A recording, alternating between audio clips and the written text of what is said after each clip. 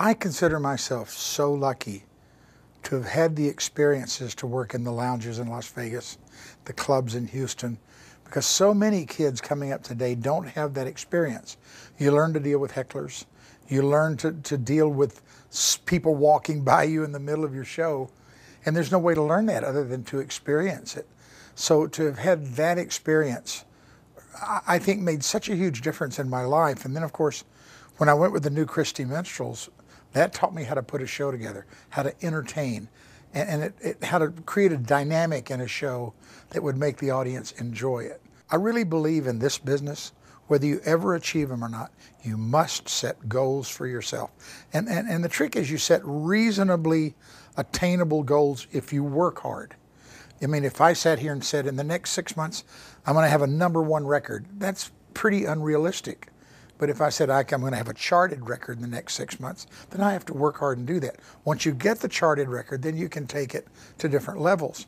And I think that's what I've always really been good at, is saying, is having a definable goal which gives you a definable path to that goal. I think I get bored with myself. I wake up every day and I'm singing the same songs, and you start looking for what's missing, what's not in the show I'm doing, and how can I go about getting that. So I think that I try to find music that serves a purpose in my show first, way before I start thinking recording, because that's where more people are going to see it and hear it. And then when I start recording, I really do love to change something every time I do it. This, I've done 63 albums. Sooner or later, you've got to change something. And what I've learned is that I don't have to change my vocal style nearly as much if I change the music that surrounds me. There's two ways you can live your life. One, you can live by the possibility. The other is the probability. I tend to live mine by the probability. The probability is that you're going to have 3 years at the top when you're very, very successful. The possibility is you can go on for 20 or 30 years.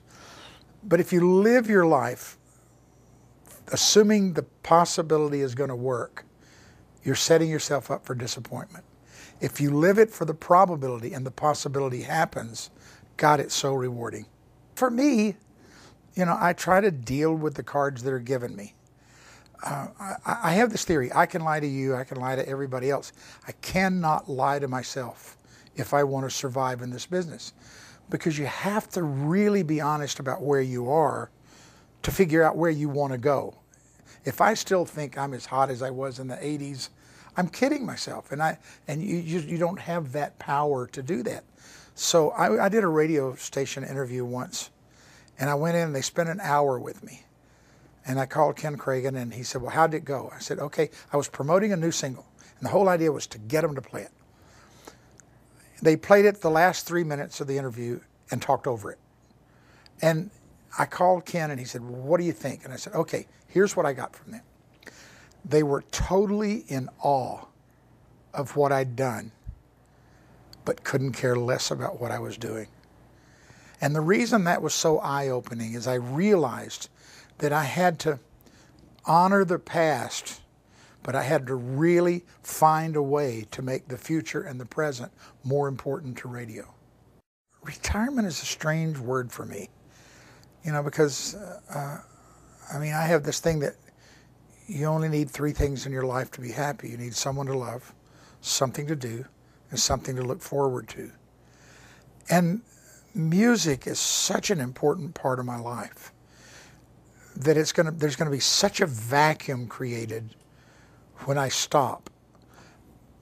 The thing that will make me stop more than anything else is my health. You just don't know how long you can keep it up. I work 130 days a year. There are a lot of guys out there much younger than me that don't work that many days. So the good news is, I have the twins, Justin and Jordan, now. And I think that's one of the few things that could fill that vacuum. I've thought more about retiring this year than I've ever thought in my life.